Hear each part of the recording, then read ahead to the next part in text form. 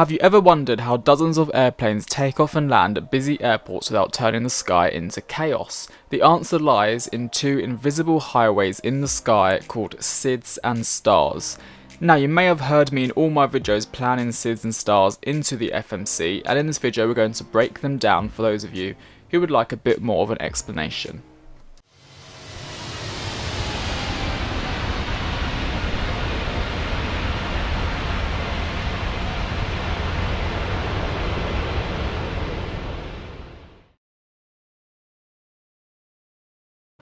So what are SIDS and stars?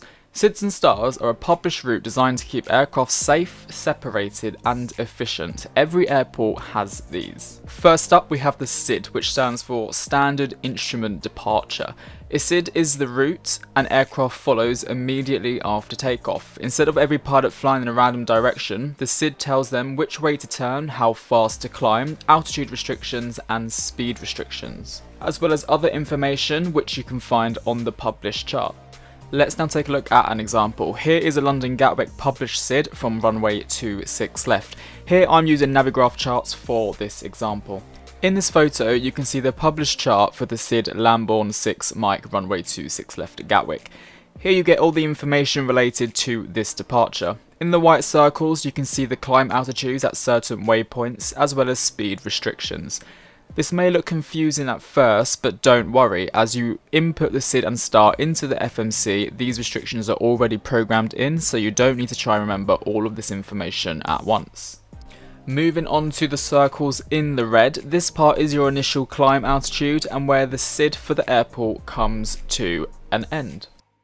So how do I know what SID or star to use for the flight that I'm flying? Well, if you're using SimBrief, an online flight planning tool, the good thing is it gives you the selected SID and star automatically based on the route that you are flying. As you can see, I've programmed Gatwick to Edinburgh here in an Airbus A319, and if we come down to the route page, it's given us the Lambourne 1 Zulu departure. The same applies for any other SID or star, you get the exact same charts, they're just slightly different procedures when it comes to altitude or climb gradient or the speed.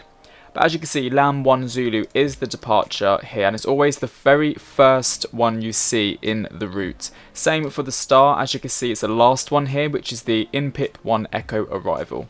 So how do we know when the SID comes to an end? Once the aircraft reaches the waypoint Lam or Lambourne, it leaves the SID behind and flies freely along the airways / waypoints towards its destination.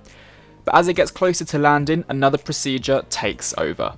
This is where the star comes in. This stands for Standard Terminal Arrival Routes. A star is the planned route an aircraft follows as it arrives at an airport. It organises incoming traffic by guiding aircraft from cruise altitude down to the approach and then down to the landing phase. Stars help air traffic controllers by sequencing aircraft efficiently, reducing radio chatter and preventing traffic jams in the sky, and ensure obstacle clearance for arriving aircraft. So here is another chart example of an arrival into London Gatwick via the Kunav 1 Golf arrival.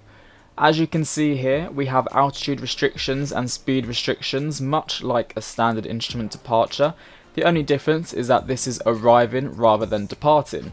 So as you can see, at waypoint AMD, you need to be at flight level 160, and then speed maximum 250 knots, and then once again at Timber, maximum 220 knots at flight level 70.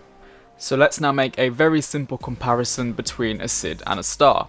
A SID is takeoff to cruise, and a star is approach to landing, or even simpler, SIDs get you up and stars bring you down. So why do SIDs and stars matter? Without SIDs and stars, busy airports would be far less efficient and far more dangerous. These procedures allow hundreds of aircraft to move in and out of airports every day with precision and predictability.